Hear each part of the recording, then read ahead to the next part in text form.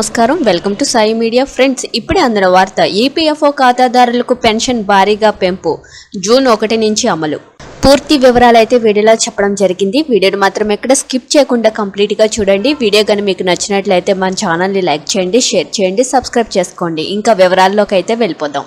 EPS 95 pension దారులకు కేంద్ర ప్రభుత్వం సూపర్ గుడ్ న్యూస్ చెప్పింది ఈపీఎస్ 95 పథకం కింద కొంతకాలంగా కనీస పెన్షన్ పెంచాలని పెన్షనర్లు విజ్ఞప్తి చేస్తుండగా కేంద్రం సానుకూల నిర్ణయం తీసుకుంది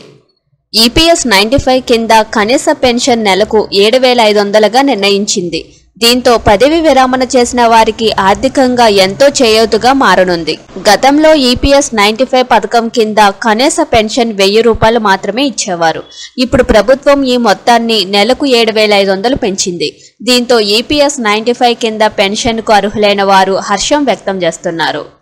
వచ్చే నెల జూన్ 2025 నుంచి ఈపీఎస్ 95 పెన్షనర్లకు సవరించిన కనీస పెన్షన్ మొత్తం 7,500 రూపాయలను లబ్ధిదారుల బ్యాంకు ఖాతాల్లో నేరుగా జమ చేయాలని కేంద్ర ప్రభుత్వం నిర్ణయించింది మోదీ సర్కారు నిర్ణయంతో లక్షలాది మంది ఈపీఎస్ 95 లబ్ధిదారులకు ప్రత్యక్షంగా ప్రయోజనం చేకూరుస్తుంది దాదాపు 78 లక్షలకు పైగా పదవి విరమణ చేసిన ఉద్యోగులకు లబ్ధి చేకూరనుంది ఈపీఎస్ 95 పెన్షన్ స్కీమ్ను ఎంప్లాయీస్ ప్రొవిడెంట్ ఫండ్ ఆర్గనైజేషన్ నిర్వహిస్తుంది వ్యవస్థీకృత రంగంలో పనిచేసి పదవి విరమణ చేసిన వారికి ఈ స్కీమ్ కింద నెలవారీ పెన్షన్ను అందజేస్తారు ప్రతి నెలకు 15,000 కంటే ఎక్కువ జీతం పొందుతున్న ఉద్యోగులు ఈపీఎస్ స్కీమ్కి అర్హులు అవుతారు ఈపీఎస్ 95 పథకం కింద పదవి విరమణ తర్వాత నెలవారీ పెన్షన్ పొందాలంటే కనీసం 10 సంవత్సరాలు ఉద్యోగం చేసి ఉండాలి thank you for watching this video